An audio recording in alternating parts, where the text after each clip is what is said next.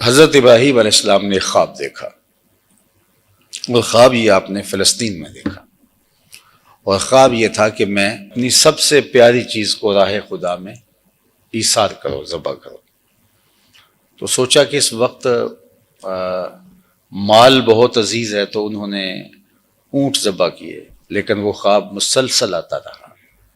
تو پھر انہیں یقین ہو گیا کہ مجھے اس کائنات میں سب سے پیاری چیز تو اپنا فرزند ہے، اسماعیل، جن کو دعائیں مانگ مانگ کے اللہ سے لیا ہے۔ تو اللہ نے مجھ سے اسی امتحان کا تقاضا کیا ہے، چونکہ وہ جانتے تھے کہ بیٹے کے حوالے سے اللہ مجھ سے پہلے بھی امتحان لے چکا ہے۔ پہلے اولاد نہیں تھی تو یہ امتحان، پھر اولاد ہوئی تو کہا وادی غیر ذی زرع میں چھوڑاؤ، یہ بھی امتحان۔ اب وہ بچہ چلنے کے قابل ہوا ہے، 7-8 سال کا ہوا ہے، یا بالغ سے بلوغت کی عمر میں قدم رکھا ہے، ان فوان شباب ہے، تو اب حکم ہے کہ اب اپنی محبوب ترین میری راہ میں ایثار کرو، اس کو ذبح کرو۔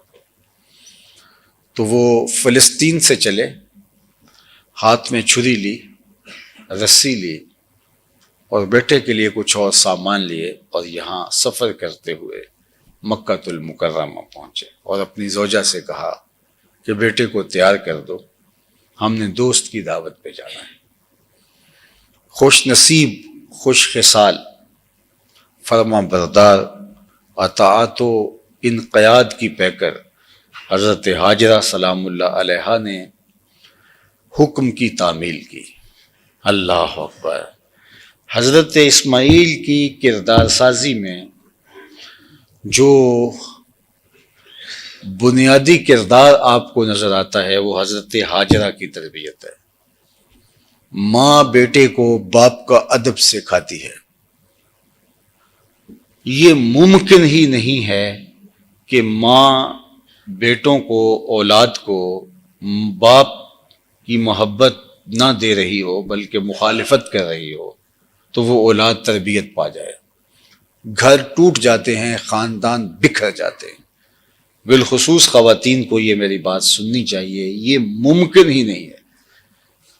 یہ حقیقت واقعیہ ہے کہ جب اولاد کے دل میں باپ کی محبت ماں نہیں ڈالتی تو وہ گھر نہیں بنتا۔ تو یہ ماں کی ذمہ داری ہے کہ وہ باپ کی محبت کو کوٹ کوٹ کے اولاد کے سینے میں بھر دے۔ اگر اختلاف ہے زوجین کا تو اس کو بند کمرے میں محدود رکھیں، اولاد کو منصف نہ بنائیں، اور اولاد کو جو ہے وہ اپنے دکھڑے نہ سنائیں۔ اس کا نتیجہ یہ ہوگا کہ اولاد جب والد سے دور ہو جائے گی تو والدہ کی بھی نہیں رہے گی، اگرچہ وقتی طور پہ ہمدردی کر رہی ہوگی، اور خاندان ٹوٹ جائے گا۔ خاندان کا جو قوام ہے وہ مرد ہے، اور اگر مرد سے اولاد ٹوٹ گئی تو اگر کسی وجہ سے ماں سے جڑ بھی گئی تو وہ خاندان واقعی نہیں رہے گا۔ تو ماں کی تربیت کا جو سب سے بڑا جوہر ہے وہ ایک یہ ہے کہ وہ اس کو اپنے شوہر کی مطیع اور فرما بردار بنائے۔ حضرت ہاجرہ نے یہ کیا تھا حضرت اسماعیل کے ساتھ، انہیں حضرت ابراہیم کی محبت پہ لا دی تھی، ورنہ مائیں کہتی کہ تیرا باپ تو تجھے بچپن میں یہاں چھوڑ کے چلا گیا تھا، ایک ستوؤں کا تھیلا اور ایک مشکیزہ پانی، مجھے تو یہی ملا تھا اور مجھے یہاں چھوڑ کے چلا گیا تھا، پھر وہ تو تیرے قدموں کے صدقے سے اللہ نے چشمہ جاری کر دی اور ہم اپنی کمائی کھا رہے ہیں، تمہارے باپ نے تو ہمیں کچھ نہیں دیا۔ لیکن ماں ان کو سکھا رہی تھی۔